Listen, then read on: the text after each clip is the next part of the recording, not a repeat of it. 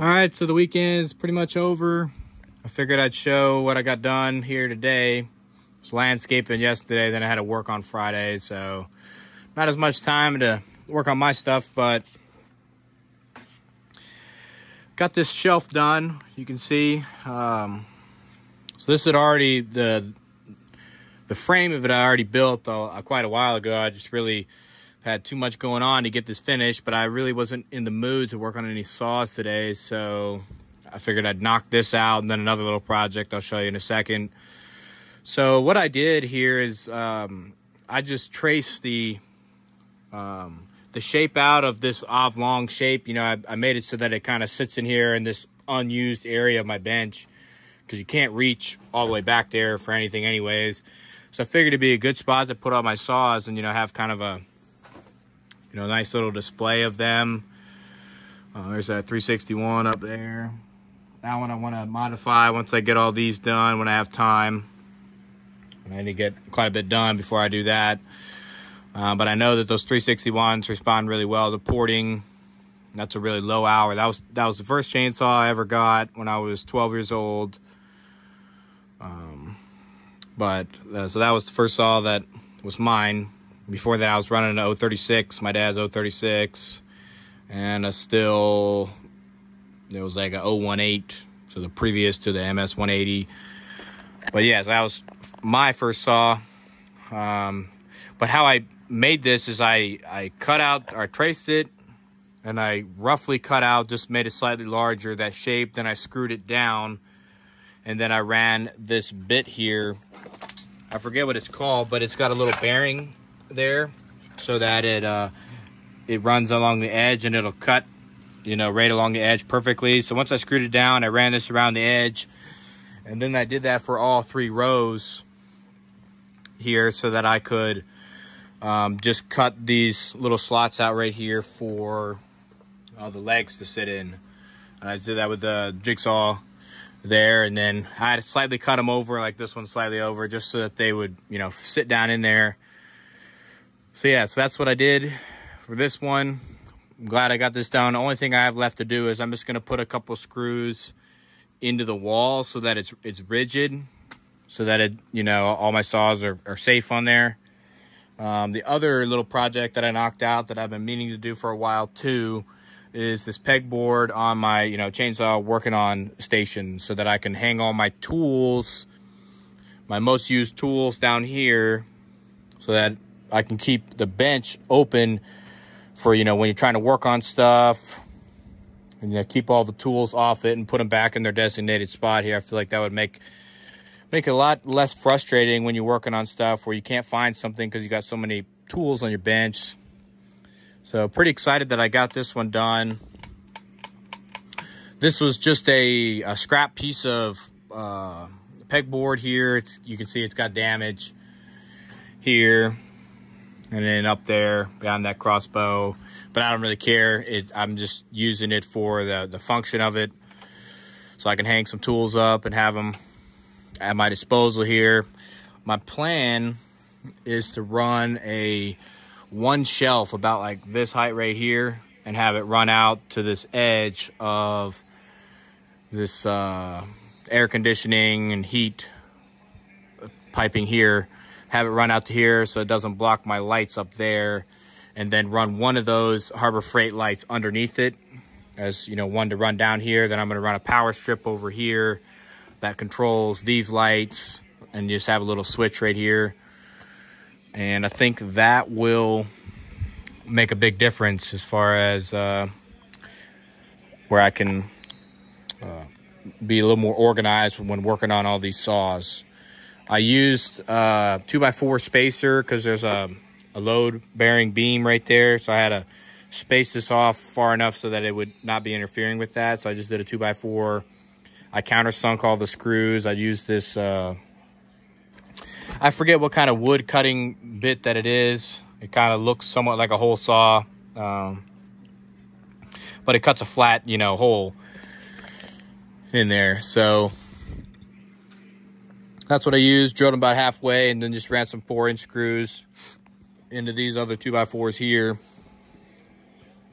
And luckily I found a piece that was pretty much like the right width, because by the time I got to this part, it was starting to get a little dark. So I just ran this one up there, and yeah, I think it looks pretty good. Looks good enough for working on chainsaws, I think. So yeah, so I'll make another little update video when I have everything finished here, and my other bench is organized. That's another thing on the list, to get that one cleaned up there. So I put this Farmertech 440 back together. I put a new set of rings in it. I felt that it was losing some power because I made the exhaust port super wide and super flat on the opening. So it's pretty much on like the edge. When I did this, is the first one I ever did. I did this one when I was still in college. So I didn't really know that was not really necessary.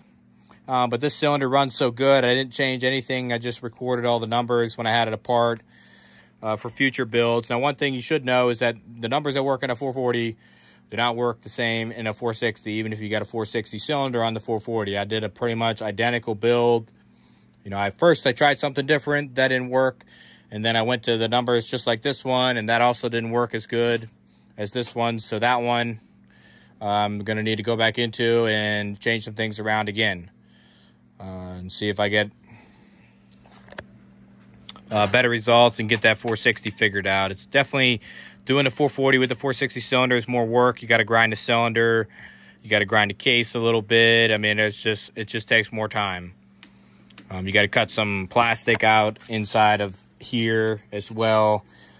And then I just added 2 1/4-20 nuts that I drilled out to a 1/4 inch behind the muffler here, because the muffler slits slightly farther forward on this saw here. So yeah, I mean, it's just a little bit more work to do the 440 with the 460 cylinder, but these run really good. So new set of rings. I'm gonna be cutting with it once I get a new oil pump. So the oil pump crapped out on this one here, and when I fired it up today, and then I seen the oil pump doesn't turn very easy here.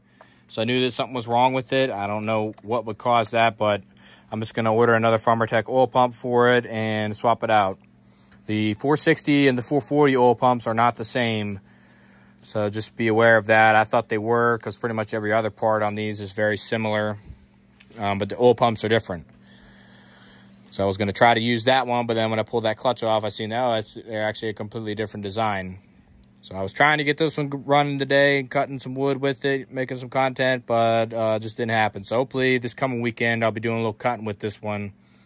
I try to cut at least a little bit every weekend is what I try to do. I mean, you might not be cutting 3 or 4 cords a weekend, but I like to run at least a couple saws, run one of my saws a little bit every weekend, just to, I don't know, just to get that feeling, run the fast chainsaw.